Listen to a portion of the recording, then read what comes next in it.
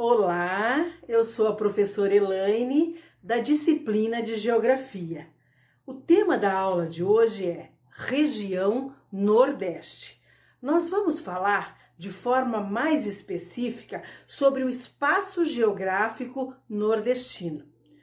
Quando eu me refiro ao espaço geográfico aqui, eu falo do espaço apropriado, do espaço produzido pelo homem, pela mulher no caso, né? E que está impregnado de história. Eu estou falando do espaço geográfico que é construído cotidianamente, numa relação entre o homem e a natureza. Vamos lá? Abram o livro didático de vocês na página 2. O Brasil é dividido em 5 regiões: região norte, região sul, região sudeste, região centro-oeste e região nordeste. Nós vamos falar hoje da região nordeste. A região nordeste ela é formada por 9 estados: Alagoas, Bahia, Ceará, Maranhão, Paraíba, Pernambuco, Piauí, Rio Grande do Norte e Sergipe. Sergipe é o menor estado do Brasil. É uma região bastante elogiada por suas belezas naturais, mas e principalmente porque possui a maior costa litorânea do Brasil. É a segunda maior região mais populosa do país. Em torno de 57 milhões de pessoas vivem na região Nordeste, com destaque aí para o estado da Bahia, com a maior população. Observem o gráfico da página 3 do livro didático de vocês. A densidade demográfica dessa região fica em torno de 36 pessoas por quilômetro quadrado, mais ou menos, e é distribuído de forma irregular. Observe, então, ali, ó, o estado da Bahia, no gráfico de vocês, o estado da Bahia, com 14 milhões 893.572 pessoas. Esse gráfico é de 2019. A região Nordeste ela é dotada de diferentes características. E por conta dessa diversidade de características, diversas características, ela é dividida em 4 sub-regiões. São elas a Zona da Mata, tá? A região Agreste, o Sertão Nordestino, que a gente chama, e o Meio Norte. Cada uma delas exibe aspectos assim naturais e uma organização econômica, social bem específica, bem diferente. Ou seja, as desigualdades subregionais nordestinas estão relacionadas diretamente com os aspectos naturais e também a forma de organização. Tá? Na sequência, nós vamos entender melhor esses aspectos e essas características. Das 4 regiões, vamos falar primeiro da Zona da Mata, conhecida por ser a faixa litorânea da região Nordeste, né, do Brasil, paralela ao Oceano Atlântico, que se estende do Rio Grande do Norte até a Bahia, passando pelos estados, no caso da Paraíba, Pernambuco, Alagoas e Sergipe. Na página 5, tem uma APA, ali uma fotografia, uma imagem da APA, que é uma área de proteção ambiental, Serra do Baturité, em Guaramiranga, no Ceará. Essa fotografia é do ano de 2018, tá? Das 4 sub-regiões do Nordeste, a Zona da Mata é a mais urbanizada, é a mais povoada, industrializada, podemos dizer assim, com destaque para o polo petroquímico de Camaçari.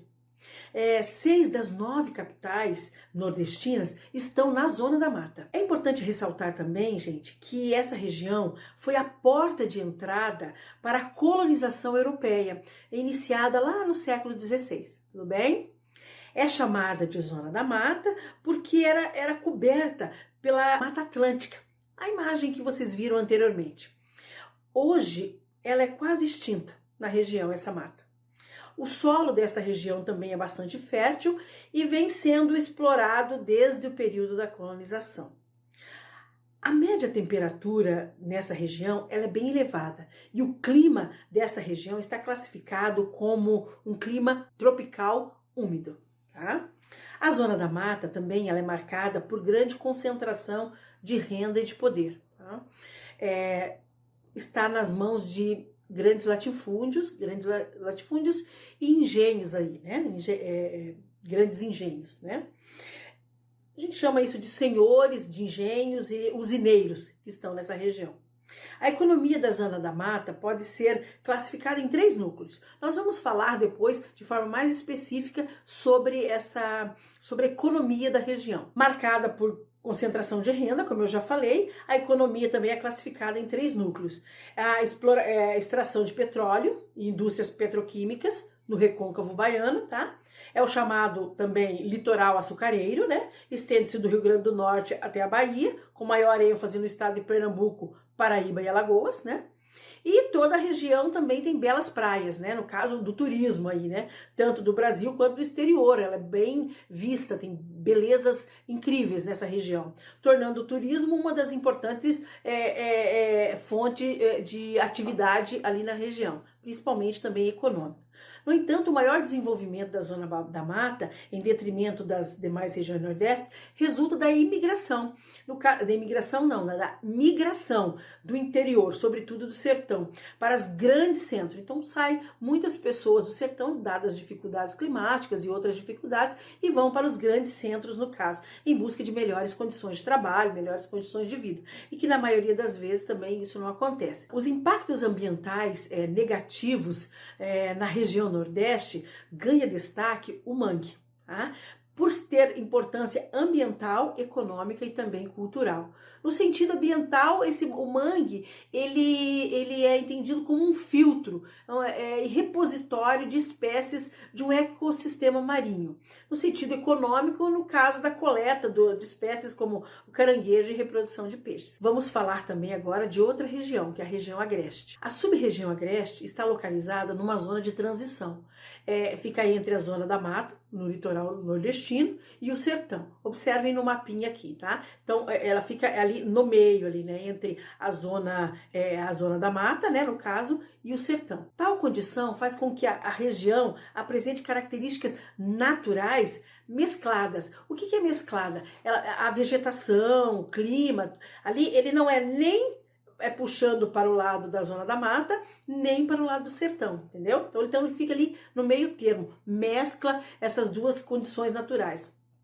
Ou de transição entre a vegetação, no caso a vegetação, um aspecto semelhante à da floresta tropical, no caso seria a Mata Atlântica, e também a vegetação assim semelhante à caatinga. Então fica uma mescla de vegetação nessa região. Outro aspecto importante, gente, dessa região diz respeito ao relevo, a influência do relevo na região.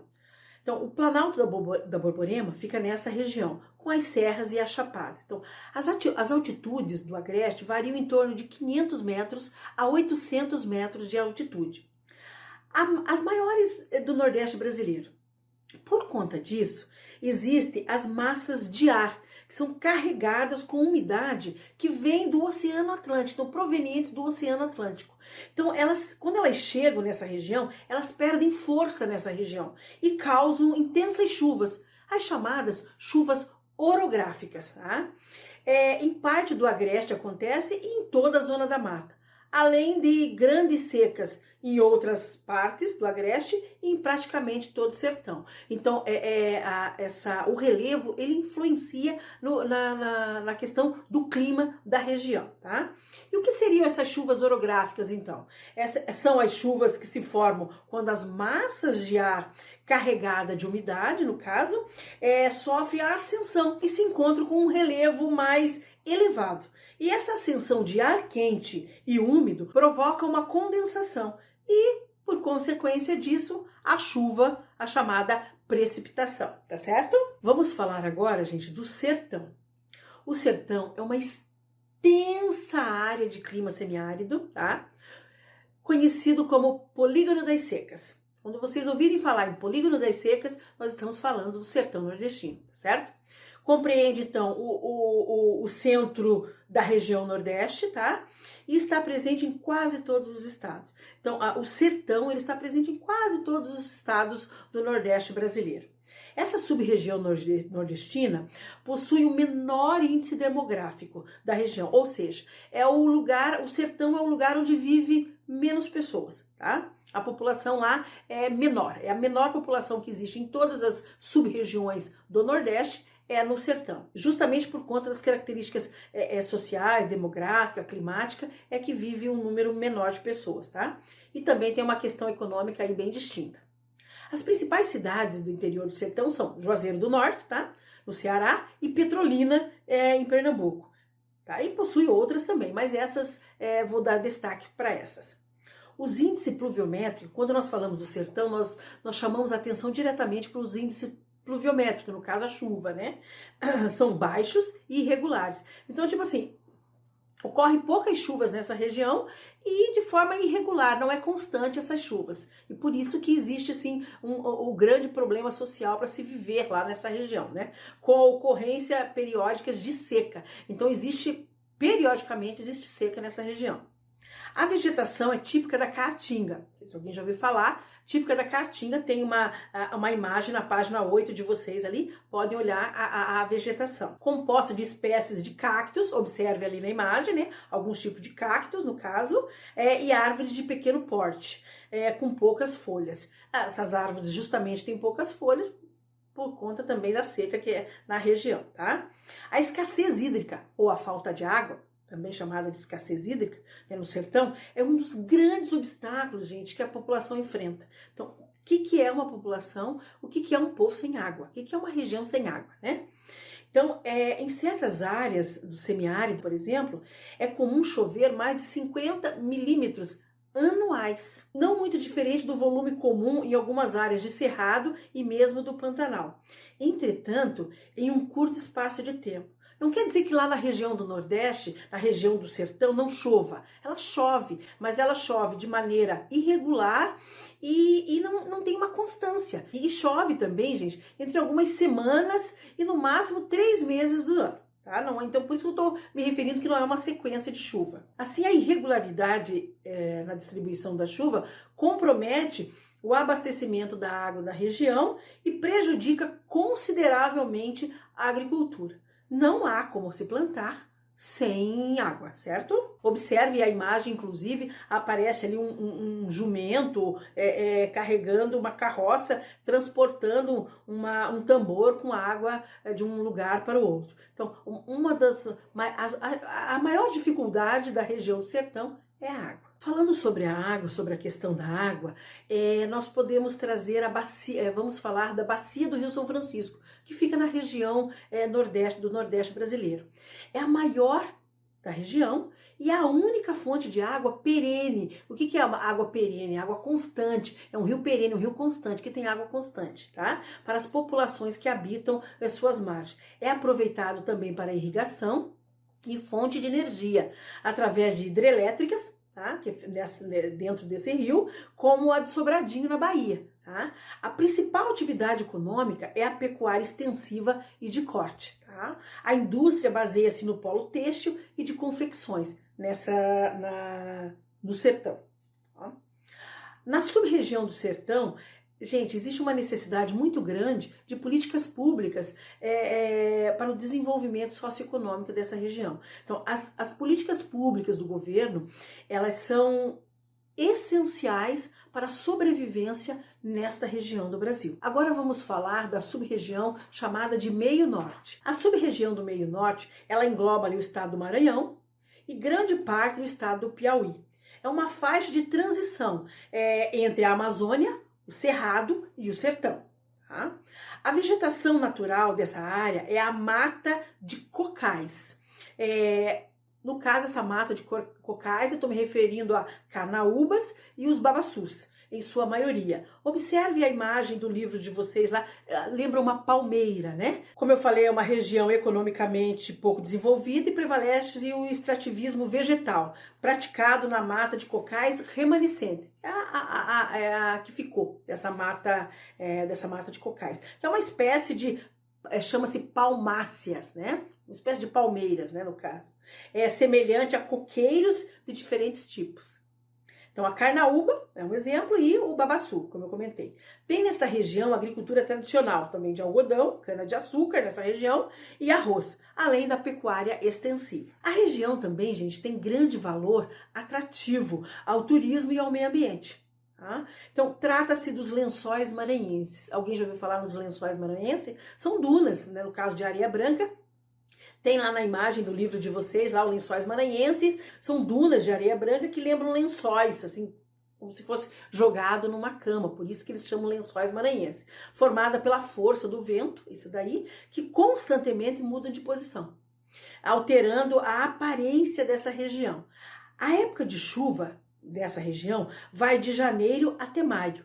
É a época da seca começa em junho e vai assim até dezembro.